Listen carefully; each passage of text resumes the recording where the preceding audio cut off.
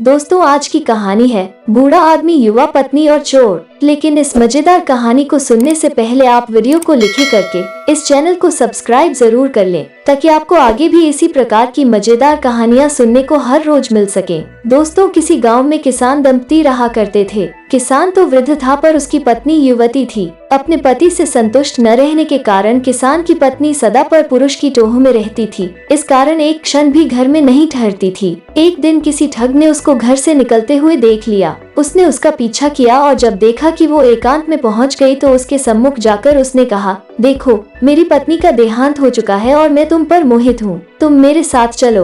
वो बोली, यदि ऐसी ही बात है तो मेरे पति के पास बहुत सा धन है। वृद्धावस्था के कारण वो हिलडुल भी नहीं सकता, तो मैं उसको लेकर आती हूँ, जिससे कि हमारा भविष्य सुखमय बीते। यह सुनकर ठग ने कहा, ठीक है, जाओ, कल प्रातःकाल इसी समय इसी स्थान पर मिल जाना। इस प्रकार उस दिन वो किसान की पत्नी अपने घर लौट आई और फिर रात होने पर जब उसका पति सो गया तो उसने अपने पति का धन समेटा और उसे लेकर प्रातःकाल उस स्थान पर जा पहुंची। दोनों वहां से चल दिए। दोनों अपने गांव से बहुत दूर निकल आए थे कि तभी मार्ग में एक गहरी नदी आ गई। उस समय उस ठग के मन में विचार आया कि इस औरत को अपने साथ ले जाकर मैं क्या करूंगा, और फिर इसको खोजता हुआ कोई इसके पीछे आ गया तो वैसे भी संकट ही है, इसलिए मुझे किसी प्रकार सारा धन हथियाकर अपना पिंड इससे छुड़ाना चाहिए। यह विचार कर उसने स्त्री से कहा, नदी बड़ी गहरी है, पहले मैं गठरी को उस पार रखाता हूँ, फिर तुमको अपनी पीठ पर लादकर उस पार ले चलूंगा। दोनों को एक साथ नदी पार करना कठिन है। यह सुनकर किसान की स्त्री ने कहा, ठीक है,